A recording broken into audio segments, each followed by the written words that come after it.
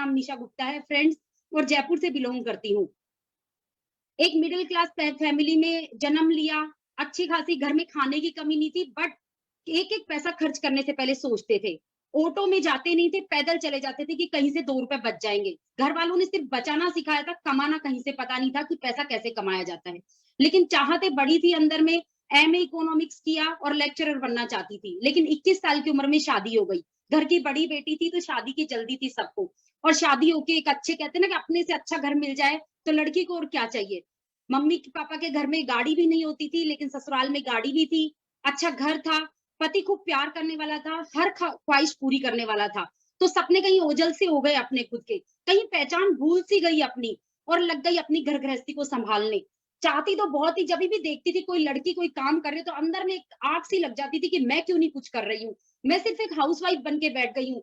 मेरी मम्मी में और मुझ में क्या फ़र्क है? मेरी मम्मी दोस्तों मैं आपको बताऊँ 5वीं पढ़ी है।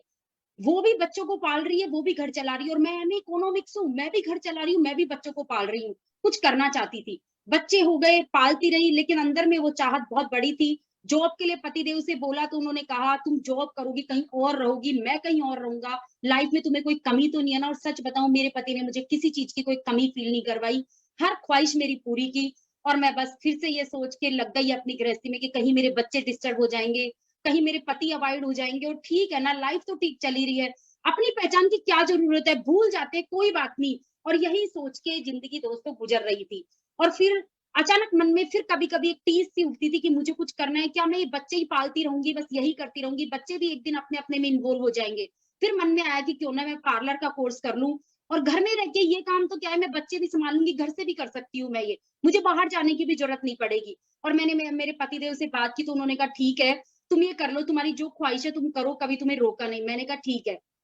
और फिर मैंने पार्लर का कोर्स किया और मैं घर में ही अपना काम करने लगी। लेकिन फिर कभी-कभी कभी तो अच्छा लगता था, कभी-कभी फिर लगता था कि मैं जितनी मेहनत करती हूँ ना, जितना मैं अच्छे से काम करती हूँ ना, उतना मुझे रिवार्ड नहीं मिल रहा है। मेरी जैसी लड़की 1 लाख के लिए बनी है, मैं 25-30 हज़ार में नहीं, इसी में क्या मैं ज़िंदगी थोड़ी गुज़ार दूँगी, और इस उधेड़-बुन में बहुत ज़्यादा चल रही थी।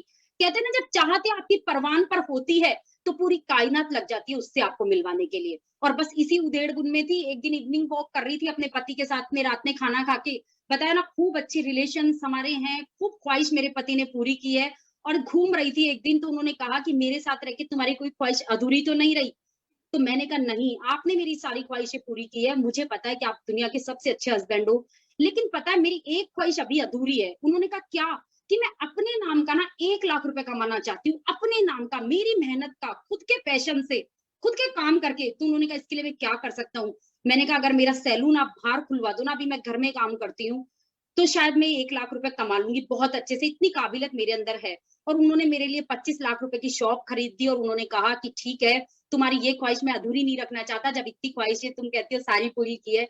और मैंने शॉप भी खरीद ली, और उसके बाद मैं इतनी घबरा गई कि नहीं, मुझे बाहर सैलून नहीं खोलना, बहुत ज़्यादा कॉम्पिटिशन है, और इसके साथ में पड़ोस में कोई सैलून खुल गया तो क्या होगा, और उसके साथ मेरे बच्चे अवॉइड हो जाएँगे। क्योंकि जैसा अभी बोला, संगीता जी भी एक ब्यूटीशियन है, और उन्होंने बताया कि त्योहार नहीं होते हमारे, त्योहारों पे हम ज़्यादा बिज़ी हो जाते हैं। शादी में खुद को जाना हो ना, तो दुल्हन ही तैयार करनी पड़ती है, खुद का जाना मिस हो जाता है, या कुछ मिनटों के लिए जाते हैं। कब तक आखिर मैं ये ज़िंदगी जीती? और मैं घबरा गई कि मुझे नहीं करना ऐसे पैसे की, मुझे चाहत नहीं है कि मैं सब कुछ अवॉइड कर दूँ, अपनी फैमिली को डिस्ट्रॉय खराब कर लूँ, और मैंने उसी के साथ में बस ये चाहत थी। और अचानक दूसरे-तीसरे दिन ही मेरी बेटी ट्यूशन जाती थी, उन सर का कॉल आया, मैडम मोदी केयर कंपनी से कोई आया है, आप देख लीजिए। और दोस्तों, ये मेरे अंदर है कि मैं कोई भी चीज़ को देखे बिना मना नहीं करती, पता नहीं ईश्वर कौन-सी अपॉर्च्युनिटी मेरे जीवन में भेज रहा हो। और मैंने उनका स्वागत किया कि ठीक है सर, आप भेज दीजिए। उन्होंने भेजा, और खुद आए वीरू भैया, जो वीरेंद्र कुमार टेलर है, 8वीं पढ़े हुए, और उन्होंने मुझे इस बिज़नेस के बारे में बताया कि इस तरह से यहाँ से बहुत सारा पैसा आ सकता है, प्रोडक्ट्स बहुत अच्छे हैं। लेकिन कहते हैं ना, यकीन नहीं होता, पहले-पहले मुझे यकीन नहीं हुआ कि यहाँ से सच में पैसा आ सकता है। प्रोडक्ट्स तो अच्छे हैं, यूज़ करने को मैं तैयार थी, लेकिन पैसे का तो उन्होंने अपने चेक मुझे खोल के दिखाए, 2200 से 22,000, 26,000 इस तरह से, और मुझे यकीन हो गया कि अगर इस तरह से पैसा बढ़ता है, इस तरह से आता है, तो मुझे तो इस बिज़नेस को बिल्ड करना है, मैं तो कुछ ऐसा ही तलाश कर रही थी।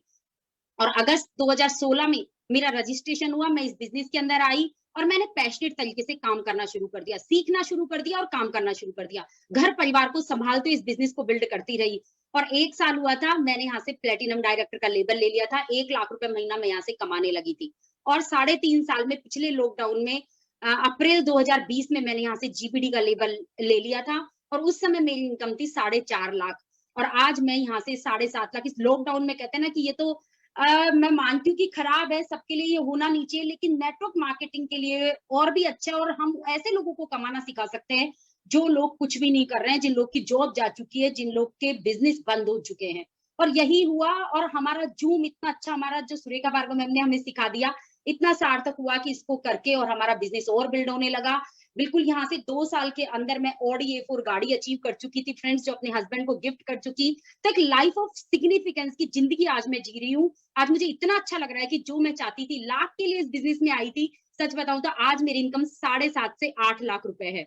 तो बहुत अच्छा लगता है और इसके साथ में किराए के घर में रहती थी, लेकिन ये शानदार आज जिस घर में रह रही हूँ, 1 करोड़ का घर मैं यहाँ से अचीव कर चुकी हूँ और यही काफ़ी नहीं है, टीम में गाड़ियों की लाइन लगी हुई है, घरों की लाइन लगी हुई है, बहुत प्यारी मेरी टीम है और मैं आपको बताऊँ कि आगे का सपना तो 2L21 जो हमारी सुरेखा भार्गव मैम ने निकाला हुआ है, उसके अंदर मैं 101 साथियों के साथ आ रही हूँ और इसके साथ में इस साल जो मैं पैसा कमाऊँगी, पिछले साल जो मैंने फाइनेंशियल ईयर में जो पैसा कमाया, जो कि क्या था पूरा लॉकडाउन वाला पीरियड है ना, जिसमें हम कहीं भी नहीं निकले नहीं, लोगों की कोई इनकम नहीं हुई।